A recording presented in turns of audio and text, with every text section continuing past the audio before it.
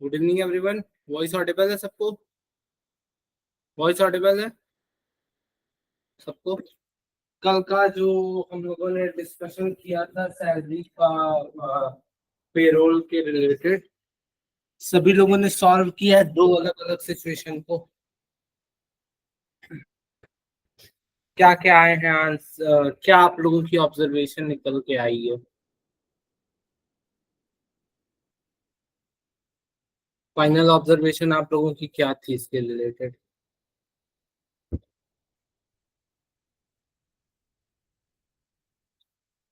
महिमा, क्या थी? सर, जिन लोगों ने वर्किंग मिनिमम वर्किंग आवर्स से कम किया है और मिनिमम वर्किंग डे से कम काम किया है, उनका ऑटोमेटिक फाइनल पे कम हो जा रहा है, क्योंकि टीडीएस और पीएफ तो ऑलरेडी डिडक्ट होना था। उस पे उनका हम्म और एक डिडक्शन हो जाता है, क्योंकि उन्होंने कम काम किया है, तो इससे उनकी सैलरी हम्म लेस हो जाती है लास्ट में। हम्म। ओके, ठीक है। सो अब आगे बताइए आप लोग, और क्या चीजें आप लोगों ने। इशिका? Yes sir. हाँ सर बताएं हमें बेटा। थोड़ी सर हमें थोड़ी सी कंफ्यूजन थी। हाँ बोलो बोलो बोलो, बोलो क्या सर इन हुआ? हाउस में बोनस ऐड करके ही टीडीएस निकालेंगे ना? हम्म बोनस, बेसिकली आज आप लोगों को पता चलेगा कि बोनस हमारा क्या ऐड होता है उसमें टैक्सेशन में या नहीं होता है। सर मैंने गूगल किया था, तो उसमें कहे थे कि बोनस हमारी बेसिक सैलरी में ऐड होके तब टीडीएस डिडक्ट होता है। तो हम्म इसीलिए फिर हमको कंफ्यूजन थी सेकेंड वाले में, क्योंकि नहीं। उसको बोनस मिल रहा था ना, उसने ज्यादा हाँ वर्क हाँ। किया था। हम्म तो सर मेरा फिर वहीं पे रुक गया था कि हमको समझ नहीं आ रहा था कि बोनस करें कि ना करें। अच्छा, और कोई, किसी और ने किया? याशिका, पहली।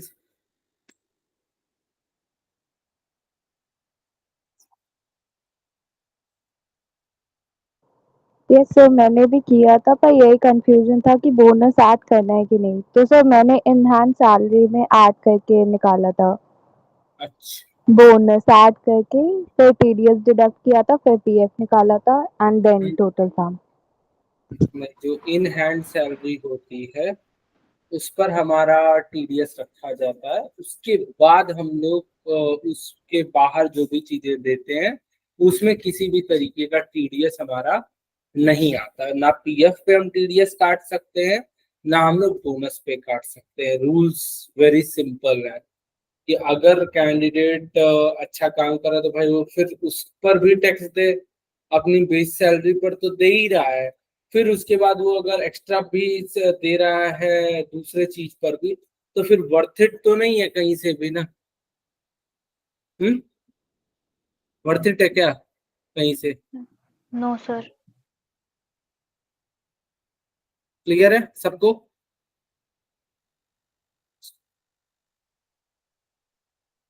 सो बेसिकली आज हमारा जो टॉपिक है, कंपनसेशन एंड बेनिफिट। क्या जानते हैं सभी लोग इसके बारे में? आप लोगों का व्यू पॉइंट क्या है कंपनसेशन एंड बेनिफिट के बारे में? क्या सब कुछ इसी कंपनसेशन एंड बेनिफिट पर डिपेंड करता है कंपनी में एक एम्प्लॉय के रहने ना रहने का, ज्वाइन करने ना ज्वाइन करने का? ये प्राइमरी चीज है या सेकेंडरी है या टर्सरी है? बोलो बोलो, जिसको आंसर करना है बोलो। सब प्राइमरी है। हम लोग पहले तो अपना देखेंगे कि हम लोग को जो जॉब चाहिए वो मिल रही है, वो कहीं हो जाएगा, तब फिर हम लोग सैलरी भी चेक कर लेंगे, तब ये दोनों चीजें प्राइमरी में आ जाएगा।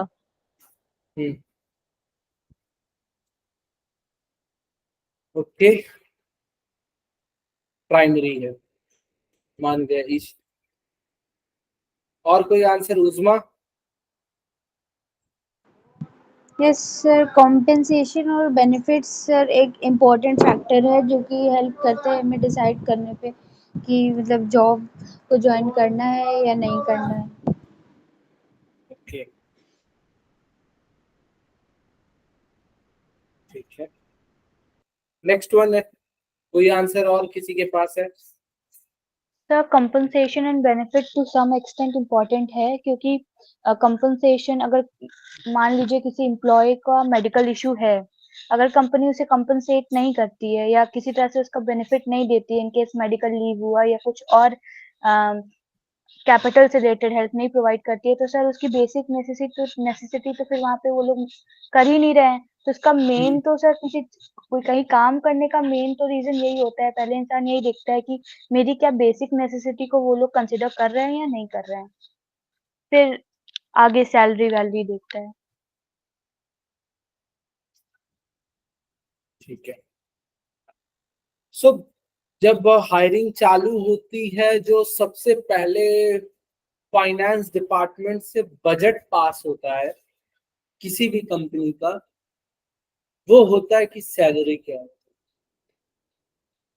डन। तो सीधे सीधे ये समझ में आ रहा है कि हमारा प्राइमरी चीज है, ना कि सेकेंडरी है, ना कि टर्सरी चीज है। किसी भी कंपनी को देखोगे, वो सबसे पहले कंसर्न रहती है अपने ऑर्गेनाइजेशन में उन एम्प्लॉयज के लिए जिनकी सैलरी फिक्स है। ओके, जिनकी सैलरी फिक्स है उसके लिए वो एक पेमेंट निकाल देती कि भाई हमारे कंपनी में 10 लाख रुपए आया है महीने का, ठीक है, 7.5 लाख रुपए हमारी सैलरी है, मतलब सैलरी का पार्ट है।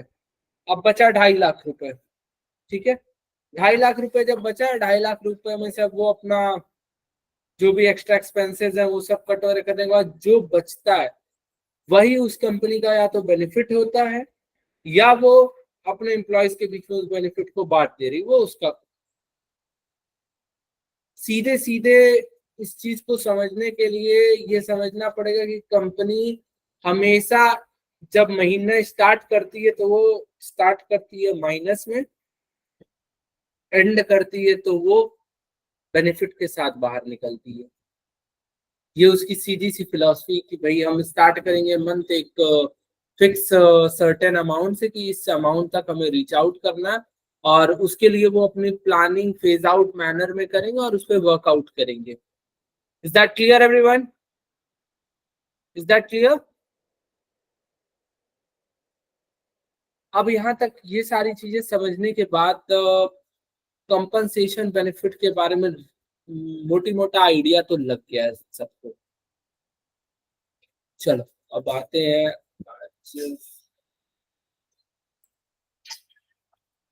एक तरीके से इसको बोलोगे आप, अट्रैक्ट करने का तरीका होता है। मानो मैं फैलीस को ऑफर कर रहा हूँ, इशिका को मैंने ऑफर किया कि भाई मैं आपको अपनी कंपनी में एज एन एचआर अपॉइंटमेंट के लिए देख रहा हूँ, इंटरव्यू वगैरह क्लियर कर लिया है उस कैंडिडेट ने, ठीक है।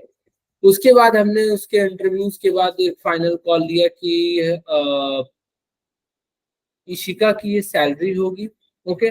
लॉन्ग टर्म प्लान उसको बताएंगे कि हाँ भाई कंपनी आपको 3 महीने के बाद क्या करेगी, उसके 6 महीने के बाद का प्रोस्पेक्ट हम उसको दिखाएंगे कि 9 महीने 5 साल तक। मतलब देखो, कोई भी कंपनी अगर किसी के साथ जुड़ रही है तो हमेशा ये चाहती कि उसके साथ हमारे बॉन्ड या इंटर रिलेशंस बने रहे, ठीक है, कि हम किसी को नर्चर कर रहे हैं तो वो हमारा फ्यूचर प्रोडक्ट हो, फ्यूचर प्रोडक्ट हो। क्लियरिटी ये होती कि भाई हम किसी के साथ ऐसा नहीं कि शॉर्ट टर्म प्लान है कि हम आज जुड़े तो हमारा कल आज इनसे काम हुआ हम इनको धक्के मार के निकाल देंगे, ठीक है। आपको एक नर्चर की तरीके होते हैं, ग्रूम करना होता है किसी स्केलेबल अमाउंट पर, यहाँ किसी कैंडिडेट को उठा के लेकर आए आप अपने सिस्टम में अडॉप्ट करते हो, उसको अडॉप्ट करने के बाद एक्सेप्टेंस देते हो, हाँ कंपनी में धीरे धीरे उसको सारी चीजें सिखाते हो, उससे वर्क आपको मिलता है, आउटपुट मिलता है, धीरे धीरे उसकी पोजीशन ऊपर करते हो, कंपनी की कोर टीम तक उसको लेकर जाते हो। किसी भी कंपनी का कोर टीम देखे हो आप, किसी भी कंपनी में आप लोग क्लोजली बड़े स्टार्टअप्स देखे होंगे, सब लोग शार्क टैंक देखते हो बैठ के, जरूर देखा होगा। उसमें सबसे बड़ा चीज क्या आप लोगों ने नोटिस किया है, क्या होता है?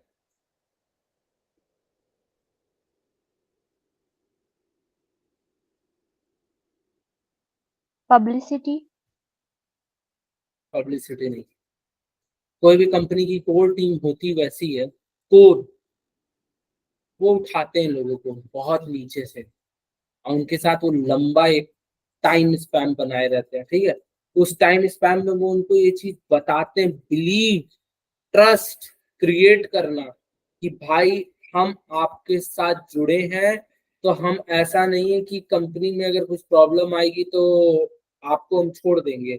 सेम चीज वो एक्सपेक्ट करते हैं सामने वाले बंदे से भी कि हाँ आपको भी हमारी बराबर की कुर्सी पर रखे हैं हम आपको, भले से आप हमारे एम्प्लॉय हो बट आपको सेम जो टेबल है, सेम चेयर है, वो सेम कल्चर आपको दे रहे हैं। ओके, अभी मैं आवेंट कंपनी है जो, ओके, उसके 2 डायरेक्टर्स हैं। मैं अब एक एग्जांपल से पहले समझाना चाहूंगा। दोनों डायरेक्टर्स डिफरेंट माइंडसेट के हैं। एक प्रोडक्ट बेस्ड कंपनी पर काम करता है, एक सर्विस बेस्ड कंपनी पर काम करता है, मतलब आइडियाज है दोनों को सेम कंपनी में। तो एक की टीम अलग चलती है, एक की टीम अलग चलती है, बट जो कोर है वो कोर दोनों के लिए काम करता है। वो ऐसा नहीं है कि एक के लिए कम करेगा दूसरे के लिए ज्यादा करेगा, वो दोनों को मैनेजेबल रखते हैं। क्यों रखते हैं? क्योंकि वो पिछले 7 साल से, 6 साल से, 10 साल से काम कर रहे हैं, उस कंपनी में लगे हुए हैं, डटे हुए हैं। उनको पता है कि हाँ भाई कंपनी का अगर डाउनफॉल है तो वो अपने आप को रेजिस्ट करेंगे कि हाँ भाई चलो अभी दिन थोड़ा सा बिजनेस डाउन है, हमारी सैलरी हो सकता है 10-5 कम हो सकती है, बट जिस दिन पीक फिर से हमारा बिजनेस हमारे पास आ गया तो कंपनी हमको बेनिफिट देगी, है कि नहीं है। अब ऐसा नहीं कि हमारा खराब टाइम, कंपनी का खराब टाइम है, हम चले नहीं नहीं चलो हम दूसरी कंपनी में जाना, बहुत कंपनी है। पैसे से रिलेशन नहीं बनता है, रिलेशन बनता है बंदे के पोजीशन से। बंदे को एक अपनी कल्चर को अडॉप्ट कराना पड़ता है, ठीक है। सबसे ज्यादा जो लोग आज के समय में कंपनियां स्विच कर रहे हैं, या आप लोग 1 साल के बाद जब निकलोगे, ठीक है, इस चीज को ध्यान में रखना, मेरी आज बात नोट करके जाना कि भाई साहब अगर आपको सक्सेसफुल अपने करियर में होना है 5 साल में, किसी एक कंपनी में डट के 6 महीने से 9 महीने पैसे को सेकेंडरी मान के सिर्फ काम पर ध्यान देना, उस दिन आपको पता चल जाएगा कि कहाँ जाने वाले हो। समझ गए? 9 महीने के बाद वो कंपनी आपको आने वाले 5 साल तक हिला नहीं सकती है, सिर्फ अगर आप उस कंपनी में 1 साल रह जाओ। किसी कंपनी में कोई बंदा अगर 1 साल रह गया है ना, उस कंपनी से उसको निकालना मुश्किल होगा, उसकी रिप्लेसमेंट हो पानी बहुत मुश्किल हो जाती है। आपको मैं बता दूं, अपना खुद का 6 से 7 साल का एक्सपीरियंस है 3 स्टार्टअप्स के साथ। पर्सनली मैंने जो देखा है और जो मेरा फील होता है कि आप अगर किसी एक कैंडिडेट के साथ काम कर रहे हो तो आपको उसके साथ चीजें अच्छी हो जाती है, इंटर रिलेशन बनते हैं, आपके बॉन्ड्स बन जाते हैं, फिर आप ट्रांजिशन होता है कि हाँ आप कंपनी में उसको सेम अपनी जगह पर देखते हो, ठीक है, कि मेरे बाद मेरा नेक्स्ट हो सकता है ये, मैं अगर अवेलेबल नहीं तो ये कमांड देगा, पोजीशन, कमांडिंग पोजीशन पाता है। अगर ये बंदा अगर चला जाता है, अब इसकी रिप्लेसमेंट तो आपने तैयारी नहीं की उसके नीचे, कंपनी तो तैयार नहीं करती, हमेशा वो सोचती कि भाई हमारे पास है, बट जिस दिन ये बंदा जाता है उसके बाद जो कंपनी के स्ट्रक्चर्स होते हैं वो हिल जाते हैं, क्योंकि जो जो बंदा इस चीज को देख रहा होता है वो तो इस पे बिलीव कर रहा होता है ना, वो इसके नीचे तो देख नहीं रहा होता है। वो जब देखना शुरू करता है उसको लगता है अच्छा ये भी प्रॉब्लम है, ये भी प्रॉब्लम है, ये भी प्रॉब्लम है, अब इन तीनों को निकालना है कि इन तीनों को रखना, वो परेशान। तो जो टाइम लॉस होता है कंपनी के बीच से, वो सबसे ज्यादा प्रॉब्लम है। क्या समझ आ रहा है बातों से आप लोगों को मेरे, मतलब इतना जो आप लोगों को डीप साइट ले जाना चाह रहा हूँ, कुछ समझ आ रहा है क्या बता रहा हूँ? महिमा, इशिका।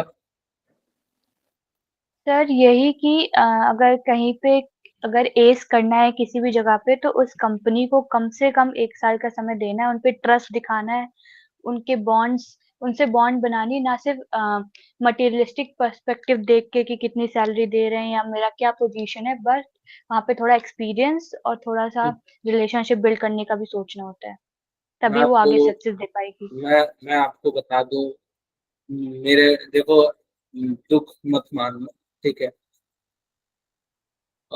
जिस 2 साल 2 साल पहले जब हम लोगों ने स्टार्टअप इंडिया से, जब हम लोगों को सब कुछ एथोराइज्ड होने के बाद हमने स्टार्टअप स्टार्ट किया था, विद इन लर्निफाई था, तब प्राइवेट लिमिटेड नहीं कन्वर्ट हुई थी कंपनी। सो उस समय पे मेरी टीम में 2 लोगों से हमने शुरू किया था, बाकी सारी जो टीम थी वो सब CIIT से थी। दोनों कैंडिडेट कुछ नहीं जानते थे, और मार्केटिंग से लेके HR से लेके मैनेजमेंट लेवल तक के जितने सेटअप थे कंपनी के, सिखाने से लेके ग्रूम करने तक 8 महीने ग्रूम किया गया।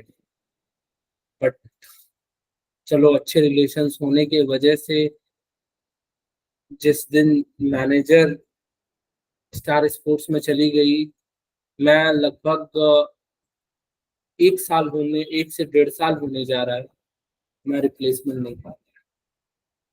खुद का एक्सपीरियंस, दूसरे का एक्सपीरियंस नहीं बता रहा, मेरा खुद का है। डिफरेंट ऑर्गेनाइजेशंस के फाउंडर्स, को फाउंडर्स, डायरेक्टर्स, सबसे बात होती, हम लोग करते हैं इस चीज को लेकर, सब लोग इस चीज को बताते हैं कि किसी भी कंपनी के सक्सेसफुल रेट में ये चीज दिखती है कि वो अपने रिटेन्ड कितने एम्प्लॉइज को कर पा रही है और कैसे कर पा रही है। ये सबसे इम्पोर्टेंट चीज है, ठीक है। लोग ऑफर देख के तो चले जाते हैं, वो अपने पर्सनल इंटरेस्ट को देखते हैं, ठीक है। जब इंसान अपने पर्सनल इंटरेस्ट को एक डिब्बे में बंद कर देता है, निकाल के इस डिब्बे में बंद कर दिया, उस दिन वो समझ लो एक रास्ता पकड़ चुका है कि हाँ भाई मुझे जाना है कहीं आगे। तो जब वो 6 महीने 7 महीने, IT सेक्टर्स की कंपनी क्यों आज कंपनीज क्यों सक्सेसफुल हैं, बड़े पैकेजेस पे आप सुनते होगे, 4 CR का किसी बंदे का पैकेज लगा, सुना IIT कानपुर से लगा था, सुना होगा या नहीं सुना है? सुना है ना। वो पैकेज बेसिकली 4 CR का नहीं होता है, उसमें बेस सैलरी बहुत कम होती है, बट उसमें एक्स्ट्रा बेनिफिट जो होता है वो 5 साल तक दिखाया जाता है कि 5वें साल तक की उसमें प्लानिंग होती है। बंदे को बिलीव दिया जाता है कि हाँ भाई साहब, आप जिस दिन ये 5वें साल के 12वें महीने में यहाँ आप हो जाओगे, वो चीज उसको बिलीव दिलाई जाती है। बस सिंपल सी स्ट्रैटेजी होती है। इसी वजह से आज के समय में IT सेक्टर्स की कंपनीज, US बेस्ड या जो भी यूरोप बेस्ड है, they are successful in the market. वो C2C काम करती है। मैं आपको बता दूं, जिस कैंडिडेट के बारे में एक दिन मैंने बताया होगा कि अभी वो L&T में हो गया, उससे पहले वो JSW में था, C2C से था। तो बंदे ने ज्वाइनिंग की वहां पर, उस बंदे की सैलरी 1,80,000 JSW देता था, बट उस कैंडिडेट को इन हैंड सिर्फ 30,000। ऑन पेपर 1,80,000 है, बट C2C में होता क्या है कि कोई बाहर की कंपनी प्रोजेक्ट को हैंडल करती है, तो वो अपने हिसाब से लोगों को प्लांट करती है। तो जब प्लांट करती है तो भाई वो अपना पैसा भी देखती है। यूरोप बेस्ड कंपनी ऐसे पैसा कमाती है बहुत है, ठीक है। हम लोग ने जब इन चीजों को क्लोजली देखा है, तो हम लोग को समझ में आया कि ओके, इस तरीके की मार्केट इस तरीके से चलाया जाता है। ये जो आप लोग देख, मैं तो लगता हूँ कि मार्केट को देख के नहीं समझ पाए क्या है क्या नहीं है, बट जो चीजें बैंगलोर से IT सेक्टर में देखा, पुणे के से देखता हूँ, मुंबई रीजन, दिल्ली रीजन, पंजाब और का गुजरात, मतलब इधर की ज्यादा मैंने चीजें देखी है, तो मैं उस एक्सपीरियंस को ही शेयर कर रहा हूँ कि आप लोग करियर में आगे बढ़ते हुए डिसीजन लेना कि मैं पहले अपने 6 महीने जिस भी कंपनी को ज्वाइन करूंगा, मैं वहां पे कंटिन्यूटी लेकर आऊंगा, ठीक है। जब कंटिन्यूटी आ जाएगी, उसके बाद आप किसी कंपनी में और जाओगे ना, वो आपको कंपनी अच्छा पैकेज भी देगी, आप पर ट्रस्ट भी करेगी और आपको आगे लेकर बढ़ेगी भी। बट हर 2 महीने के बाद आप कंपनी स्विच कर रहे हो, तो पैटर्न जब दिखने लगेगा तो चौथी या पांचवी बार के बाद कोई कंपनी आपको लेगी नहीं। दे विल से कि we don't want like this candidate, because जो किसी भी कंपनी को ट्रस्ट नहीं दे पाया, वो सिर्फ दूसरे के में कमियां निकाल रहा है, उसके अंदर भी कमियां है, वो वहीं से दिख जाता है। व्हाट माई पॉइंट एवरीवन, समझ आया ना? सो सीधे सीधे कुछ पॉइंट्स बताओ, 5 ऐसे पॉइंट जो मैंने आप लोगों को बताना चाहा है विदाउट एनी पीपीटी। मैं इस पीपीटी से कुछ अभी पढ़ाया नहीं, उस एक भी लाइन, बट मैंने सी पीपीटी से रिलेटेड सारे पॉइंट समझाए आप लोगों को अलग अलग तरीके से। 5 पॉइंटर्स मुझे बताइए आप लोगों को क्या समझ आया।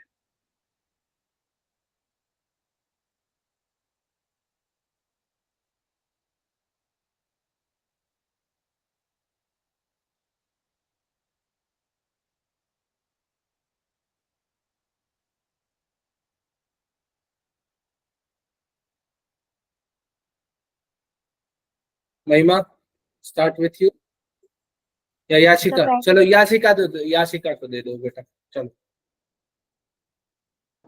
याशिका तो बोलो बेटा। किसी भी ऑर्गेनाइजेशन में जब हम 6 मंथ्स या 9 मंथ्स के अराउंड रहते हैं या 1 ईयर, तो हमारा सबसे पहले तो ट्रस्ट बिल्डअप होता है, और सेकेंड हमें एक्सपीरियंस गेन होता है।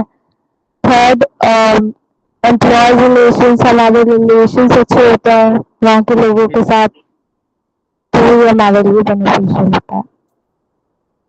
ओके, सो और कोई किसी के माइंड में कुछ हो? हाँ महिमा, ओवर टू यू। सर पहला पॉइंट तो बहुत बेसिक सा है कि सक्सेसफुल होने के लिए पहले खुद को ट्रस्टवर्दी दिखाना पड़ता है। अगर हम खुद ही कंपनी छोड़ते छोड़ते जाएंगे तो सामने वाला तो ट्रस्ट कर ही नहीं पाएगा। सेकेंडली, खुद के रिलेशनशिप्स भी अच्छे करने होते हैं कि जिस कंपनी में काम करो वही है ना, उसी थाली में छेद नहीं करना चाहिए। खुद को भी इतना ट्रस्टवर्दी दिखाना है सेम कंपनी के लिए भी। हमेशा तीसरा पॉइंट ये है कि हमेशा मटेरियलिस्टिक चीजों के लिए नहीं भागते हैं, कभी कभी कोर चीजें भी देखनी चाहिए कि हाँ अगर हम इस कंपनी में रिटेन करते हैं तो मेरी क्या पॉसिबिलिटीज है बेनिफिट की, और सामने वाली कंपनी को भी कुछ बेनिफिट होना चाहिए। तीसरा ये चीज है कि सिर्फ सक्सेस सक्सेस हर चीज नहीं होती, कुछ चीज एक्सपीरियंस भी होता है। जरूरी नहीं है कि हम अच्छा पैकेज भी ले लें और हमें पर्क्स भी अच्छे मिले, बेनिफिट भी अच्छे मिले। सर एक पेड़ पे सारे फल नहीं मिलेंगे। ठीक, उजमा बोलो बेटा आप। मैं और कोई पॉइंट बचा है माइंड में? अभी तो नहीं, फिलहाल सोच रही हूँ। हाँ ठीक है, उजमा बोलो अब आप। Sir compensation and benefits sir ये ज़्यादातर यूज़ किए जाते हैं एम्प्लॉयज़ को अट्रैक्ट करने के लिए आईटी सेक्टर में। And sir due to this बहुत सारे एम्प्लॉयज़ कंपनी स्विच करते हैं, बट एक रेगुलरिटी मेंटेन करना और किसी भी कंपनी के साथ एटलीस्ट 9 मंथ्स या 1 ईयर के रिलेशनशिप बनाना, ताकि आपके भी एक्सपीरियंस गेन हो और कनेक्शंस बिल्डअप हो, और इसके साथ ही एक ट्रस्ट रिलेशनशिप मेंटेन होना चाहिए आपके और कंपनी के बीच में, और एक लॉन्ग टर्म बॉन्ड होना चाहिए। तभी मतलब बेनिफिट्स होंगे दोनों को, कंपनी को भी और आपको भी। ओके ठीक है, Ishika over to you, Ishika Gupta. First point is we gain the experience if we are there in a company for a long period of time. Second, we get the trust, and third is we get a positive point in our resume, because in when we mention that we work in a XYZ company for a some period of time, then it gives a good impact on our resume. And fourth, we get the skills, and when we got the training in some particular company, then we develop our skills, and last, we get our job satisfaction. Thank you. Rupali, Rupali. Jyoti, Jyoti. फैलीज, फैलीज। प्रशांत,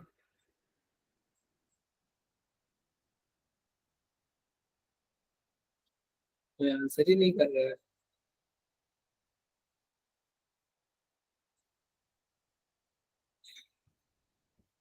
ठीक,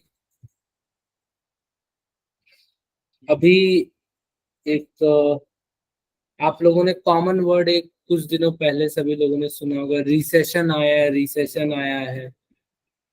क्यों आया था? क्या reason थे उसके पीछे?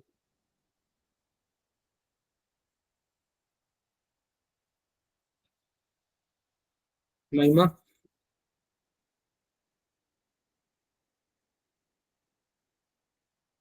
रिसेशन आया है, कंपनी से लोगों को निकाला जा रहा है, ये हो रहा है, वो हो रहा है। बहुत ज्यादा चला कोविड।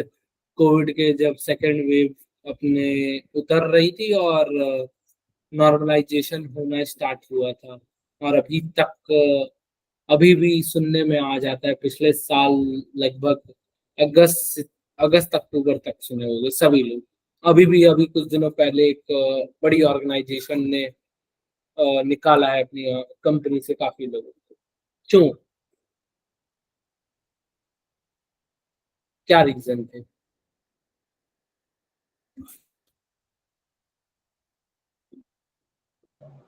सर कंपनीज ने कोविड के टाइम नॉर्मल ग्रोथ से भी उनको मतलब माइनस में वो लोग चली गई थी। नॉर्मल ग्रोथ से जब नीचे जाते तब सर रिसेशन होता है। तो कोविड के टाइम उनका मतलब सेल वगैरह सब रुक गई थी, प्रोडक्शन रुक गया था, तो फिर उनका जो नॉर्मल ग्रोथ थी वो माइनस में हो गई थी। और सर जब उन्होंने देखा कि वर्क फ्रॉम होम भी अच्छे से हो रहा है, मतलब लोग कर रहे हैं काम, तो उन्होंने सोचा चलो ठीक है, ऑफिस का हम लोग अपना चार्ज बचा लेते हैं कि ऑफिस में जो एक्सपेंस है उनसे कहेंगे वर्क फ्रॉम होम कर लो। और जो और उन्होंने जब स्टडी करी तो उनको पता चला कि कुछ ही एम्प्लॉयज मेरे प्रोडक्टिव है और सब ऐसे ही है ऑफिस में, क्योंकि सब तो एक साथ रहते थे, इतना उनको आइडिया नहीं लगता था। जब वर्क फ्रॉम होम हो रहा तो सब अपनी अपनी अलग से वर्क दे रहे थे सबमिट कर, तो उनको आइडिया लग गया कि जो मतलब ऐसे ही है अनप्रोडक्टिव है उनको हटा देते, जो प्रोडक्टिव है उनसे वर्क फ्रॉम होम करा लेते, और जो बहुत ज्यादा जरूरी तो उनको ऑफिस बुला लेते। और रिसेशन में सर क्योंकि जब हमारा बूम पीरियड है तो उसके बाद कॉन्ट्रडिक्शन होता है, वो कॉन्ट्रडिक्शन जब नॉर्मल ग्रोथ से नीचे जाता है तब सर रिसेशन होता है, और रिसेशन के बाद जो एंड पॉइंट होता है वो डिप्रेशन का होता है। तो इस समय सब लॉस हो रहा था, तो उन्होंने सोचा कि जो नहीं प्रोडक्टिव एम्प्लॉयज उनको हटा देते हैं, जो प्रोडक्टिव है उन्हीं पे और इन्वेस्टमेंट करके उनसे अच्छा रिजल्ट लेते हैं। ओके, और कोई आंसर करेगा इस पर? अपने व्यू पॉइंट रखना चाहता है? यस, यू बोलो बेटा। Sir during Covid IT sector और हेल्थ सेक्टर में मतलब ज़्यादा एफपीआई और एफडीआई इन्वेस्टमेंट हुआ था, और मतलब जब कोविड धीरे धीरे जाने लगा उसके बाद सब जितना भी एफपीआई वगैरह का पैसा था ये सब इंडिया से बाहर मतलब इन्वेस्टमेंट सब चला गया। उसके इसी वजह से मतलब रिसेशन का थोड़ा पीरियड आ गया, वैसे मतलब न्यूज़पेपर में मैंने पढ़ा था। चलो, आज आज कुछ बड़े कंपनीज के को फाउंडर्स के मुंह बोली बातें सुना देता हूँ। अंशुमान अग्रवाल एंड कई अलग अलग कंपनीज के फाउंडर्स लास्ट ईयर 12 अगस्त को हम लोगों के साथ एक इवेंट में थे। तो मेरा क्वेश्चन उन लोगों के साथ सिंपल सा था कि सर, इतना रिसेशन हो रहा है, क्यों हो रहा है? तो उन्होंने जवाब दिया कि आपकी कंपनी में जितने एम्प्लॉय हैं क्या वो सब पिक्चर परफेक्ट है? मैंने कहा बिल्कुल नहीं सर। उन्होंने कहा कि जब कोविड स्टार्ट हुआ, ठीक, उस समय पे कंपनियों को हायरिंग करनी थी, उनके पास प्रोजेक्ट आ रहे थे, क्लियर कट। तो जो प्रोजेक्ट आ रहे थे, कंपनी की हायरिंग हुई डिजिटल। पहले कभी डिजिटली होती नहीं थी सारी चीजें, या तो ऑन कैंपस होती थी या कैंडिडेट विजिट करते थे, तब ये सारी चीजें होती थी। अभी जो ऑनलाइन ये एक प्रोटोकॉल अब बन गया है कि हाँ सब कुछ ऑनलाइन होने लगा, हम आप ऑनलाइन आ गए, तो पहले नहीं हो सकता था। ये फर्जीवाड़ा की जो दुकान है ये खुली कोविड के साथ, क्लियर कट। तो बेनिफिट हुआ किसका? कैंडिडेट्स का। मानो इशिका को नॉलेज अच्छी है, ठीक, इशिका को नॉलेज अच्छी है, ज्योति उसकी दोस्त है, इशिका अपना इंटरव्यू देती है और क्लियर कर लेती है, ज्योति नहीं कर सकती, बट इशिका उसको उसके इंटरव्यू और उसके टेस्ट में हेल्प करके उसको भी क्लियर करा देती है। डन। ज्योति को नॉलेज ही नहीं है, ज्योति ट्रेनिंग भी पार कर लेती है, प्रोविजन और पार करके उसको प्रोजेक्ट मिलने का टाइम आता है। तो जब प्रोजेक्ट मिलता है तो ज्योति पहले प्रोजेक्ट को कहती है मैं ये नहीं, आई कांट डू दिस। 2 बार 3 बार उसने नेग्लेक्ट कर दिया, 2-3 महीने बीत गए। कंपनीज ने ऐसे लोगों को ही फाइंड आउट किया जो उनके लिए वर्थ इट नहीं थे, उनके प्रोजेक्ट्स नहीं कर रहे थे। अब भाई जब प्रोजेक्ट कोई करेगा ही नहीं, ऐसे एम्प्लॉइज ज्यादा हो गए। एक मतलब 2020 के जो बैच के बच्चे थे, 2021, 2022, ठीक है, 22 के थोड़े बहुत ठीक ठाक थे, बट 20 और 21 वाले पीक लेवल के थे कि जिन्होंने ब्लफ किया ऑर्गेनाइजेशंस के साथ। जब 22 में ये सब चीजें दिखने लगी कंपनीज को, शुरू हुआ वहां से बाहर करने का प्रोग्राम स्टार्ट हुआ।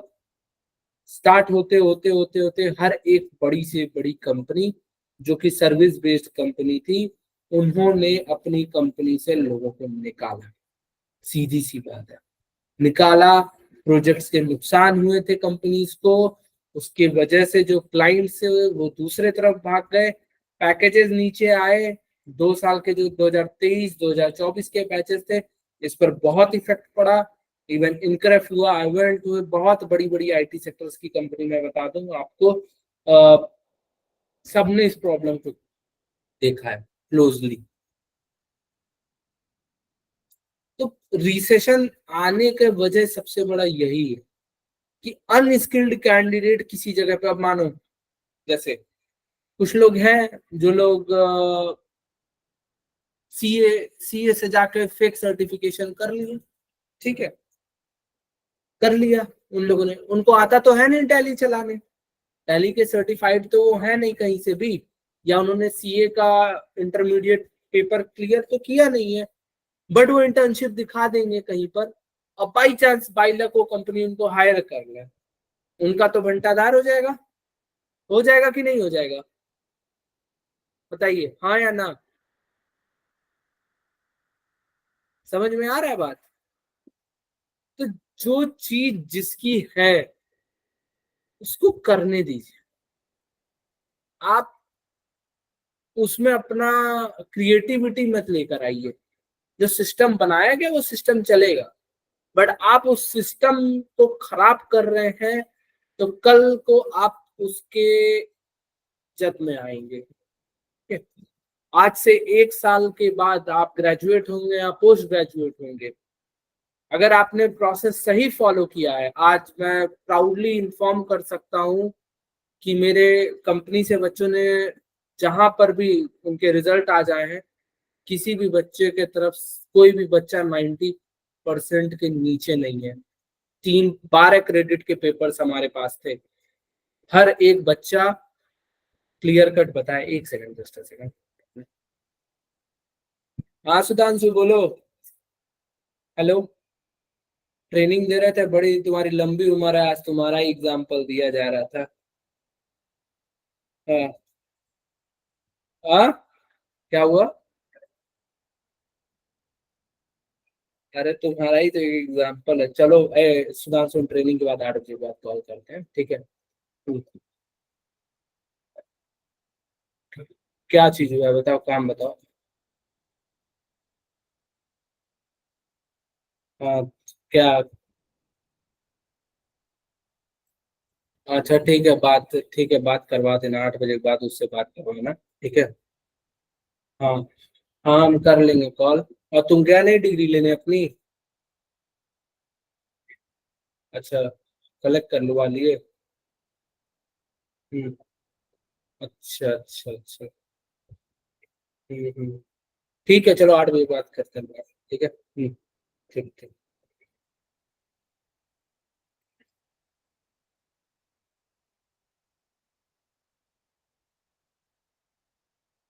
हाँ।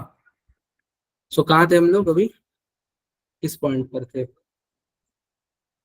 रिजल्ट्स 90% के ऊपर आते हैं। हाँ, रिजल्ट आया आज बच्चों का, ठीक है। क्यों आया रिजल्ट 90%? क्योंकि उन्होंने कहा कि सर हम लोगों ने सीखना चाहते हैं। तो जब उन्होंने सीखा, एक स्ट्रीमलाइन प्रोजेक्ट तक आए। अब एक ऐसा ग्रुप था जिसने इस प्रोसेस को फॉलो किया, अब एक ऐसा ग्रुप था जो इसको अपोज किया।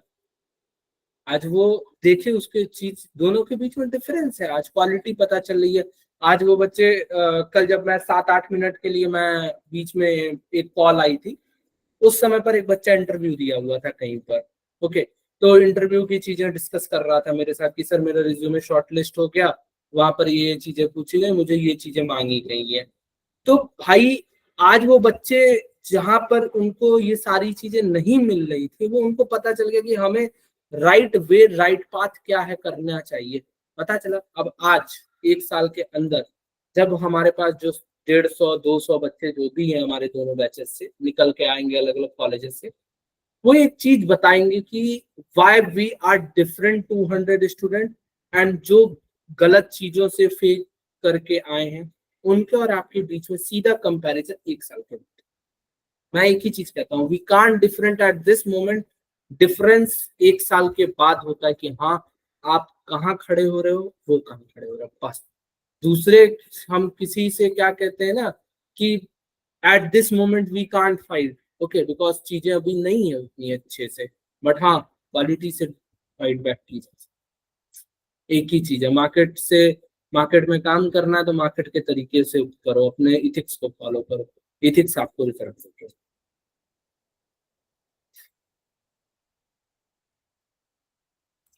So what is compensation? Basically 2 तरीके के कंपनसेशन होते हैं आप लोगों के, एक मॉनिटरी होता है, एक नॉन मॉनिटरी होता है। तो मॉनिटरी में क्या क्या चीजें आती हैं? एक आता है बेस सैलरी, वेरिएबल पे, स्टॉक ऑप्शन। बेस सैलरी वो होती है जो इन हैंड मंथली उसको सैलरी मिलती है, जिसमें किसी भी तरीके का, ठीक है, जिसमें किसी भी तरीके का कोई मतलब डिस्टरबेंस नहीं हो सकता है, ओके। अगर वो बंदा प्रॉपर अपने टाइमली सारे काम किया है, सब कुछ मतलब रिजल्ट उसके, वो रिजल्ट दे रहा है, एक अपने नॉर्मल लेवल पर चल रहा है, तो वो सैलरी अपनी बेस सैलरी को क्लेमेबल है, ठीक। व्हाट इज वेरिएबल पे? वेरिएबल पे इज बेसिकली कि हम काम अच्छा कर रहे हैं, ठीक है, मतलब काम जो मिल रहा है हम वो तो कर ही रहे हैं, साथ ही साथ बेटर परफॉर्मेंस हमारी है तो कंपनी हमें कुछ वेरिएबल पे कर सकती है, ठीक है। कोई मानो हमने दिया है काम किया भाई 75 सेल करनी है, ठीक, बट किसी ने 80 सेल की है, तो भाई वो वेरिएबल पे को क्लेमेबल है। What is stock option? Companies क्या करती हैं, जो 4 करोड़ वाला प्लान था वो यहाँ पर करती क्या है कंपनी, कहती है कि भाई साहब हम, आपका बेस सैलरी ये है, आपको वेरिएबल पे इतना मिल सकता है, कंपनी आपको हर साल 2 लाख रुपए स्टॉक में देगी, 2 लाख रुपए 3 लाख रुपए आपको स्टॉक में दिया जा रहा है, मतलब पर मंथ हमारा 25,000 रुपए स्टॉक में कंपनी दे रही। बट ये स्टॉक कब क्लेमेबल है? तब क्लेम होगा जब आप कंपनी के साथ 3 साल से 5 साल तक काम करते हो, उसके बाद आप इस स्टॉक्स को क्लेम कर सकते हो। क्लियर है? Is that clear? समझ आ रहा है क्या बताना चाह रहा हूं? जैसे मेरे दोस्त का पैकेज एयरबस में जब उसने ज्वाइन किया लास्ट ईयर, तो उसका पैकेज 16 लाख पर हुई उसकी ज्वाइनिंग। तो अब इन हैंड सैलरी उसकी कितनी होनी चाहिए आप लोगों के हिसाब से? सीधे सीधे मतलब जनरल क्वेश्चन है भाई साहब, बताइए। 16 बाई 12 कर लो डिवाइड, कितना आ रहा है?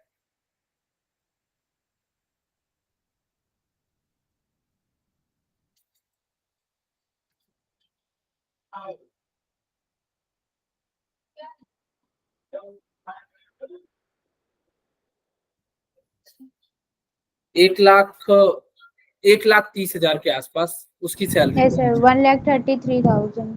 हाँ, 1,30,000 130 के आसपास, बट उसकी रियल सैलरी इन हैंड उसकी 80,000 है। ओके, उसको सिर्फ 80,000 मिलता है। कंपनी ने कहा कि भाई साहब 1,00,000 रुपए आपको मिलेगा, 1,00,000 रुपए, आप 2,00,000 रुपए हटा दो, ठीक है, उसके अलावा 3,00,000 रुपए कंपनी उसको दे रही थी स्टॉक्स में, ठीक है, स्टॉक्स में उसको 3,00,000 रुपए दिया जा रहा था, ईयरली दे रही, एनुअली है।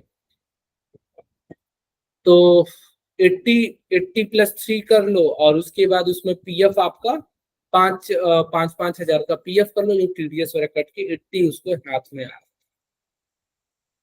तो स्टॉक्स क्लेम करने के लिए पहली चीज है कि 3 साल पूरा होना चाहिए, या तो 5 साल मिनिमम। 2 क्राइटेरियाज पे कंपनीज काम करती हैं, या तो 3 या तो 5। ओके, क्लियर है सबको? Is that clear?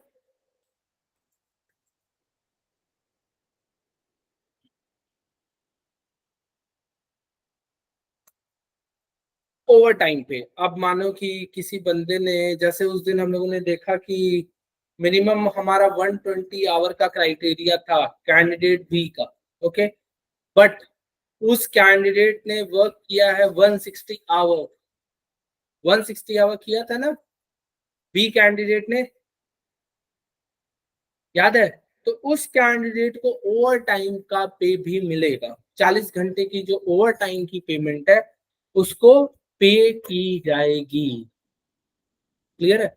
मानो कि भाई हमारी बेस सैलरी थी 30,000, हमें वेरिएबल पे 5,000 मिला, स्टॉक में हमारी सैलरी के मानो 7,500 रुपए मेरे मंथली जा रहे हैं स्टॉक में, ओवर टाइम का पे भी हमें 5,000 और मिल गया, 10,000 रख लो एडिशनल हो गया। What is allowances? अलाउंसेस वो होते हैं, जैसे मानो इशिका को कंपनी कहती है कि you have to relocate for Bangalore, company can pay you then 1,00,000 more for that, ठीक है। अगर इशिका मूव करती है बैंगलोर की तरफ तो कंपनी उसको 1,00,000 रुपए एक्स्ट्रा पे करेगी।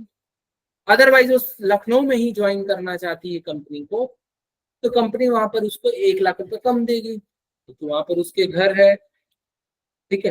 तो अब पहला एक ये होता है, अलाउंसेज में ये चीज आती है। दूसरी, यहाँ भाई आपको कैब दी जाती है, जैसे फीमेल एम्प्लॉयज को या जो भी मेल एम्प्लॉयज होती है कहीं पर भी, अच्छे अगर अच्छे आईटी में चले गए, अच्छी कंपनी में, तो कंपनी आपके सुबेरे आपके यहाँ कैब आएगी, कैब लेकर जाएगी, ठीक है। आपको मॉर्निंग में आपको ब्रेकफास्ट, आफ्टरनून का लंच और इवनिंग में स्नैक्स, ठीक है, 3 चीज मिलती ही मिलती है। तो ये जो सब अलाउंसेस होते हैं ये एक्स्ट्रा होते हैं, जिसके लिए कंपनी पे करती है, इसमें आपकी सैलरी से कुछ नहीं डिडक्ट होता है, ठीक है। समझ रहे हो सब लोग? समझ गए यहां तक? इसको एडिशन नहीं कर सकते हैं, इसको हम लोग एक तरीके से प्लस कर सकते हैं, बट हमारे सैलरी में इसको इंक्लूड नहीं किया जा सकता overall. Is that clear? Allowances, but इस पे टैक्सेशन होती है, जिसके लिए टैक्स पे करता गवर्नमेंट को, कंपनी पे करेगी गवर्नमेंट से।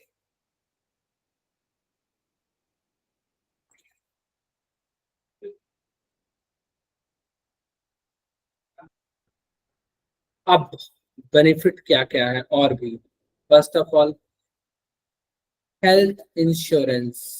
अब लाइक वाइज मान लो हम किसी कंपनी में काम कर रहे हैं, बाय डिफॉल्ट या 2 साल 3 साल के अंदर किसी वजह से मेरी आंख की रोशनी चली गई, ठीक है, मुझे अपना ऑपरेशन वगैरह कराना है, तो जो भी उस ऑपरेशन के खर्चे होंगे मैं इंश्योरेंस जो होगा उसके बेसिस से मैं क्लेम करूंगा, तो कंपनी इसके लिए भी मेरे पे करेगी।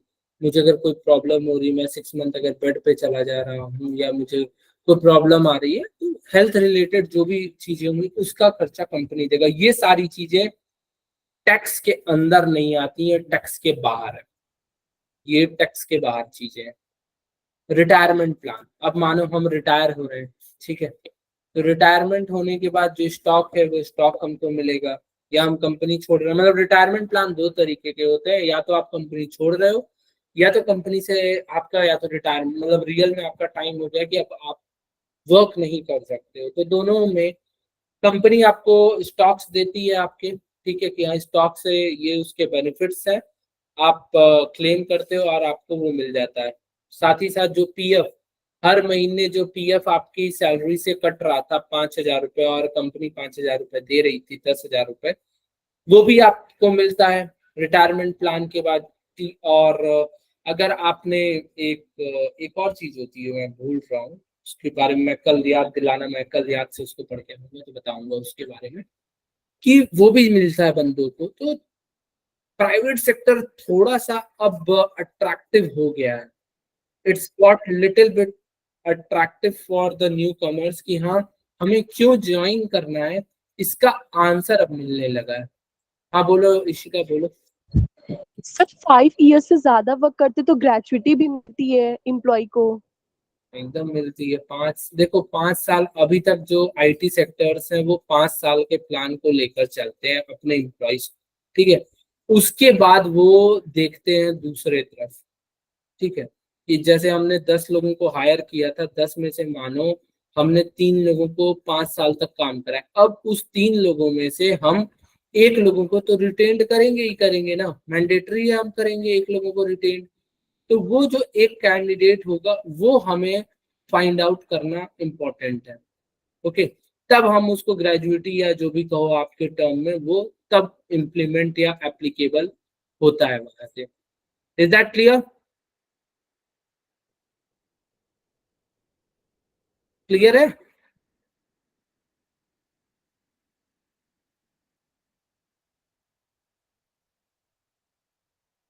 Is that clear?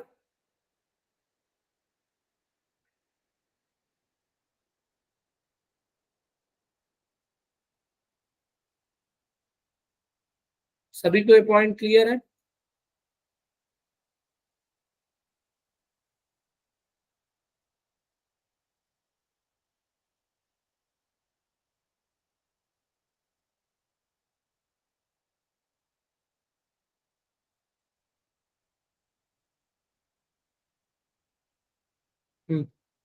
What is paid time of, मतलब हम लोगों ने कल डिस्कस किया था, एक पॉइंट याद होगा मे बी, कि 24 दिन में से हम लोगों ने रखा कि 20 दिन का क्राइटेरिया रखा था मिनिमम। 4 दिन को हम लोग पेड मान रहे थे, कि अगर आप आते हो नहीं आते हो तो कंपनी उसको माइंड नहीं कर रही है, ठीक है। तो पेड टाइम ऑफ ये होता है कि मानो कोई बंदा 24 दिन में से 20 दिन काम कर रहा है कंपनी में, 4 दिन उसने लीव ली है और एक प्रॉपर प्रोटोकॉल से लिया है, तो उसकी किसी भी तरीके की डिडक्शन उसकी सैलरी में से नहीं होगी, ओके। फ्लेक्सिबल वर्क अरेंजमेंट, मतलब मानो कि भाई हमें हाइब्रिड मोड कंपनी ने दे दिया, कि हम एज पर कन्वीनियंस, हम मानो मुझे ऑनलाइन काम करना है 2 दिन, और 4 दिन मुझे बाय ऑफिस काम करना है, तो मेरे लिए कन्वीनियंट कर दिया गया कंपनी के थ्रू, कि हाँ मैं अपने हिसाब से कर सकता हूँ अपना काम, कि मुझे अगर 4 दिन मैं बाय ऑफिस करूंगा, 2 दिन मैं अपने घर से बैठ के काम कर सकता हूँ, मुझे रोज रोज ऑफिस आने जाने की कोई जरूरत नहीं है, ठीक है। Is that clear everyone? Is that clear?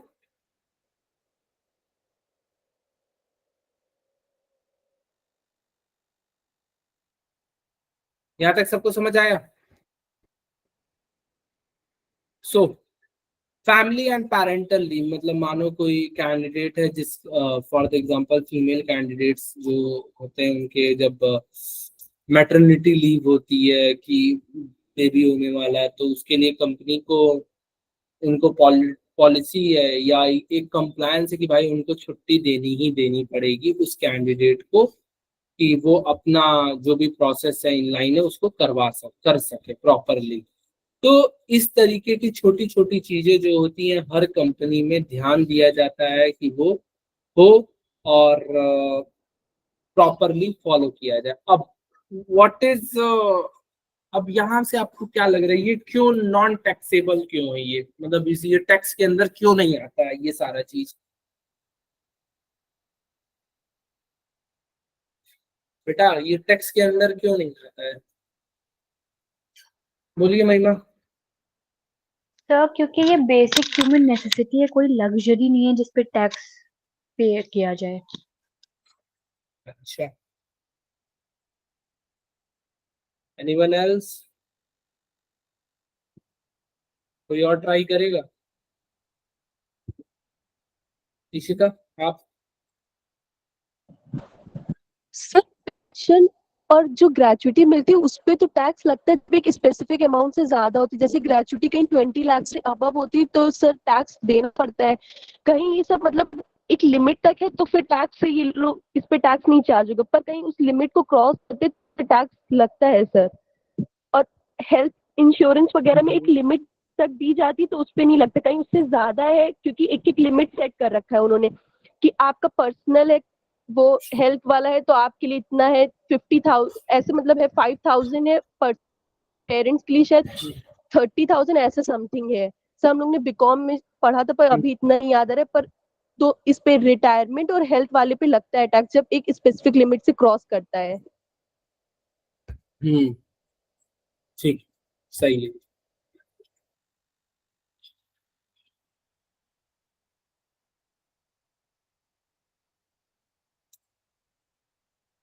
So basically what is employee assistance program? अब मानो कोई कंपनी में बहुत टाइम से काम कर रहा है तो भाई उसको अलग अलग तरीके से कि वेलनेस प्रोग्राम होते हैं कि वो जाए, मतलब बाहर से लोगों को बुलाया जाता है, ट्रेनर्स को, कॉर्पोरेट ट्रेनर्स को, कि कैसे कंपनी में उनको मोटिवेटेड रहना है, कैसे मेंटल फटीग होती है उसको कैसे रिमूव करना है, और अपने आप को पॉजिटिव जोन में रखना है, लोगों की नेगेटिविटी से अलग करके। इस तरीके की जो भी चीजें होते हैं, एम्प्लॉय को असिस्टेंस के प्रोग्राम होते हैं, वो कंपनी के थ्रू दिए जाते हैं। ट्यूशन असिस्टेंस, मानो कि भाई कोई कैंडिडेट है, उसके नोन वन कोई, मतलब उसकी फैमिली में कोई बच्चा, जैसे ये फैसिलिटी टाटा देती है। Tata is more like government company, not a private company.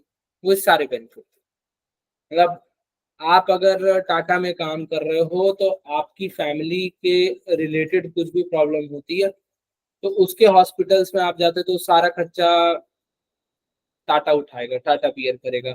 आपका बच्चा पढ़ना चाहता है, टाटा के स्कूल में डाल दो, कोई खर्चा नहीं आएगा, खत्म। भाई सैलरी का बेनिफिट तो ले ही रहे हो, एक्स्ट्रा बेनिफिट ये भी मिल रहा है, समझ गए? वेलनेस प्रोग्राम, अब मानो कि हमें वेलनेस के लिए कई लोग होते हैं, योगा क्लासेस ज्वाइन कर लेते हैं, कल्ट फिट, जो फिटनेस जैसे योगा, योगा हो गया, और कल्ट फिट है ना, जो जिम वाला है, महिमा, राइट? Yes sir. हाँ, ऐसे जो आईटी सेक्टर्स की कंपनीज होती हैं, एक दिन बुलाऊंगा आप लोगों को, एक लोगों को, कई दो तीन लोगों को मैं प्लान कर रहा हूँ संडे संडे को बुलाने के लिए। तो ये सारी चीजें आप लोग उन लोगों से जरूर पूछना कि उन लोगों को क्या बेनिफिट मिला, उनका एक्सपीरियंस, ठीक। तो जो मेरा दोस्त है उसने ज्वाइन करने के बाद उसको, he was not a gym lover, तो जब वो आया काफी टाइम के बाद, वी मेट, तो उसने बोला, मैंने पूछा कि क्या, तो कहता चेंज देख लो। मैंने कहा चेंज देखा? मैंने कहा यार कैसे? तो कहता यार मेरे को कंपनी ने जिम के लिए बोला, जिम का जो भी सब कुछ था वो कंपनी देती थी, कंपनी के ऑफिस आवर्स के बाद सभी जो भी एम्प्लॉयज है वो जाते थे जिम के लिए। कल्ट फिट में फ्री सभी को एक्सेस दी गई है 2 घंटे के लिए। तो भाई कंपनी उन चार्जेस को ले रही, कंपनी अलग से मानो मुझे ट्रेनिंग करनी है, एक और दोस्त है जो जैसे दूसरा वाला जो है वो इवेंट में जो था, तो उसने उसके तरफ से बताया गया कि हम लोगों को अलग अलग डिफरेंट एजुकेशनल प्लेटफॉर्म्स पर हम लोगों को एक्सेस दिया गया है, प्रोवाइड किया गया है कि कोर्सेरा से हमें जो भी कोर्सेज करने हैं फ्री में वो हम लोग कर सकते हैं अपने स्किल एनहांसमेंट के लिए। इस तरीके की जो फैसिलिटीज होती हैं वो कंपनी अपने एम्प्लॉयज को देती है कि वो उनको रिटेन्ड कर सके या अट्रैक्ट कर सके अपने साथ, मोर ओवर लॉन्ग टर्म के लिए। ठीक है, is that clear everyone till here? किसी को कोई प्रॉब्लम यहाँ तक?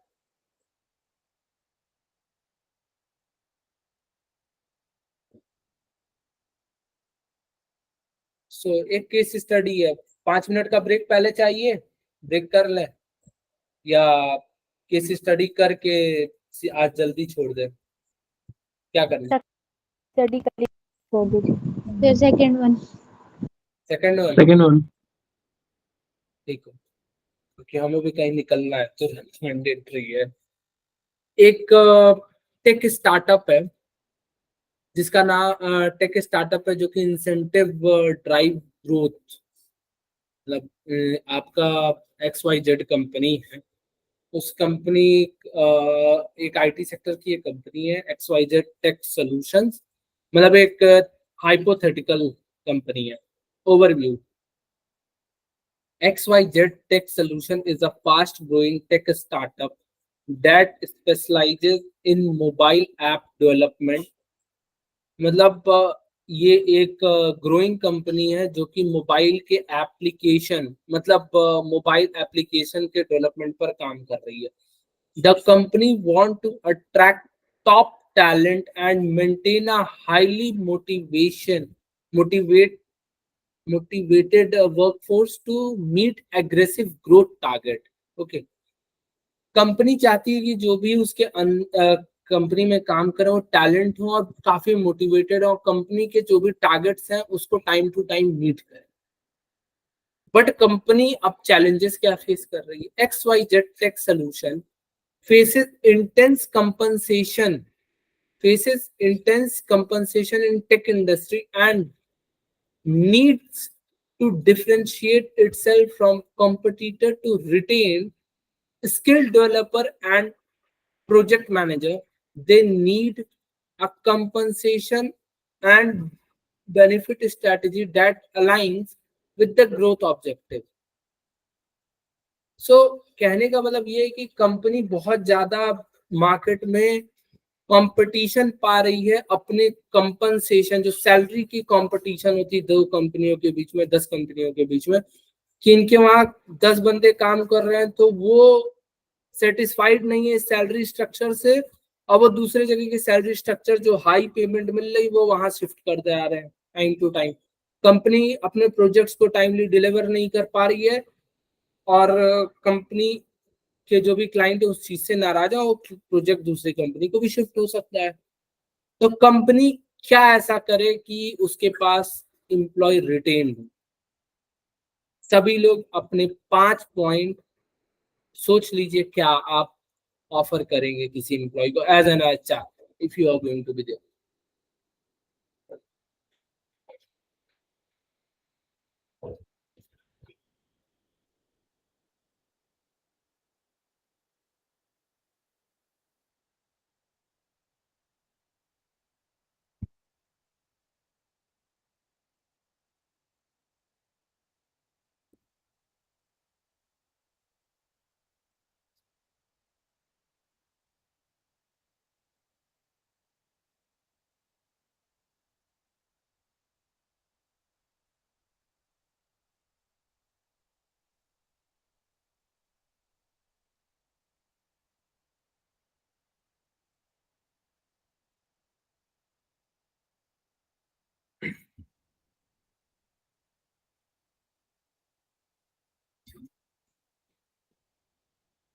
एक मिनट और बेटा रुक जाओ, सब लोग सोच लें।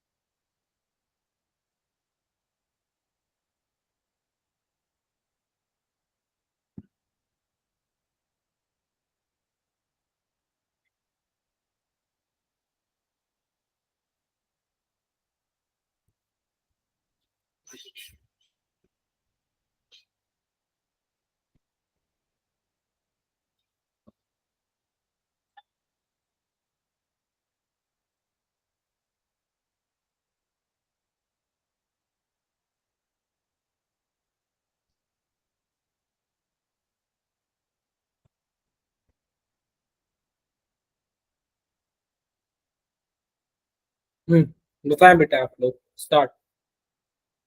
उस्मा। यस सर, कंपनी को सर अपने एम्प्लॉयज़ को रिटेन करने के लिए सर पहले तो एक बेसिक सैलरी स्ट्रक्चर जो होता है, जो कि मिनिमम जो ऑलमोस्ट सारी कंपनीज़ पे कर रही होंगी, वो तो मतलब देना ही देना है।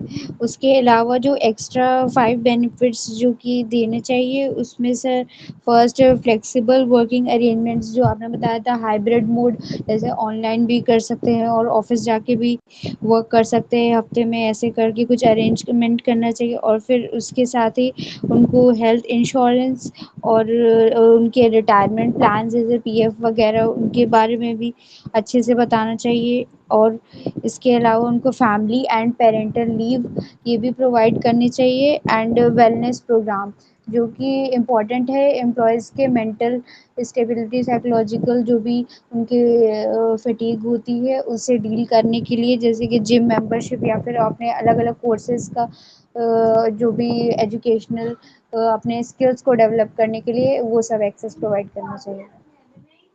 ओके, ठीक है। फैलीज। फैलीज। यस सर, हाँ तो बेटा, उनको अपने एम्प्लॉयज को रिटायरमेंट प्लान्स देने चाहिए, उनको पेड हॉलीडेज, बोनसेस देने चाहिए, और हेल्थ इंश्योरेंस, उनका फ्लेक्सिबल वर्किंग शेड्यूल देने चाहिए। हम्म, ठीक है। और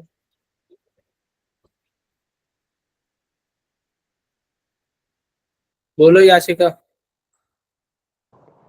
सो 5 चीजें जो हमें देनी चाहिए एम्प्लॉय को अट्रैक्ट करने के लिए कंपनी में, रिटेन करने के लिए, वो है first paid time off, second flexible work arrangements, third employee assistance programs, fourth health insurance and fifth retirement plans. Okay, fifth कोई और, कुछ और?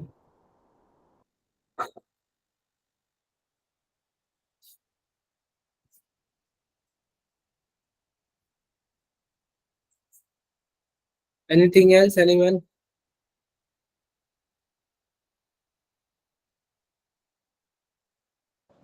सर हम हमारे 5 पॉइंट्स रिटेन करने के लिए एम्प्लॉयज के और अट्रैक्ट करने के लिए, first point good working environment create करना चाहिए, फ्रेंडली रिलेशन हम लोग को एम्प्लॉय के साथ क्रिएट करना चाहिए।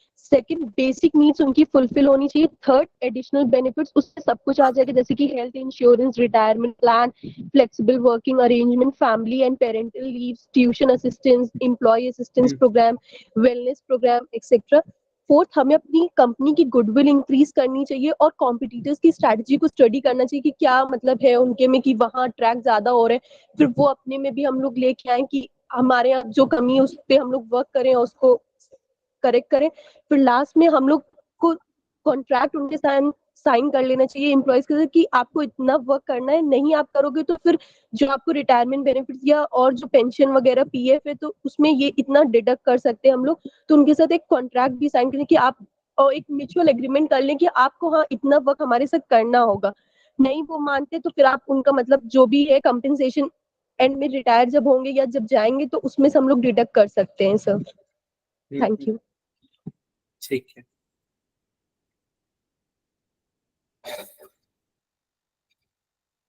कंप्लीट, फाइनलाइज करें? कोई और आंसर है किसी के माइंड में? महिमा? सर वही सारे सेम पॉइंट्स हैं सर, वेरिएबल पे करना चाहिए, स्टॉक ऑप्शंस भी देने चाहिए, अलाउंसेस तो देने ही चाहिए, और वीकेंड्स पे वेलनेस प्रोग्राम्स करवाने चाहिए। फ्राइडे को फन फ्राइडे कराना चाहिए। Yes sir. क्लियर है सारी चीजें आज की? तो आप लोग एक काम करिएगा, आज कल, सॉरी है कल के लिए आप लोगों को लेटर नहीं मिल पाया होगा, 4 ही बच्चों को लेटर रिसीविंग हुई है। सारे बच्चों का लेटर रिसीव हो जाएगा आज, क्योंकि सॉफ्टवेयर काम कर रहे हैं, थोड़ा करप्ट हो गया सवेरे सवेरे, तो फिर टीम उसको सही कर रही है। और रिकॉर्डेड वीडियो कल के, आज के और टास्क वाले भेजे जाएंगे। लेटर मिलने के बाद आप लोगों के ग्रुप में सभी लोगों के आपके नाम के सामने आपका इंटर्न आईडी और आपका कौन सा ब्रांड एलोकेटेड है वो उसमें लिखा रहेगा। उसके बाद आप लोग उस पर अपने वर्क को परफॉर्म करेंगे सभी लोग, ठीक है। कोई भी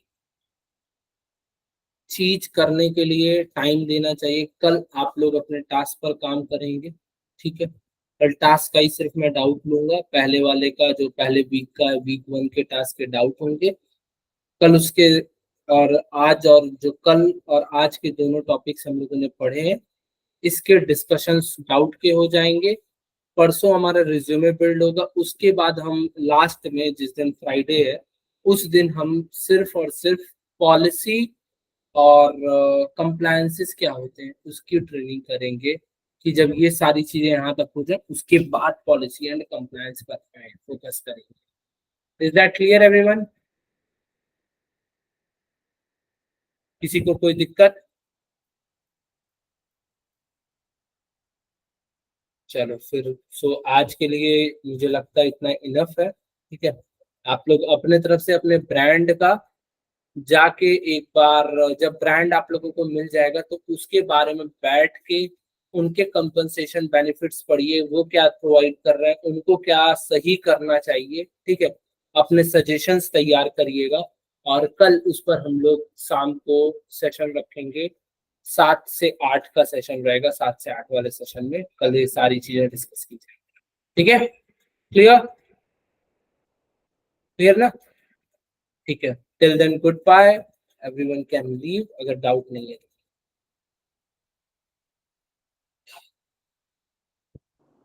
Sir, हाँ बोलो बेटा। sir, actually I have a minute confusion. The question which you have given, so the question which we're doing yesterday about that. Wait a minute मैं पहले रिकॉर्डिंग रोक लूं। So the question which you had given yesterday, I wanna ask. Hold on.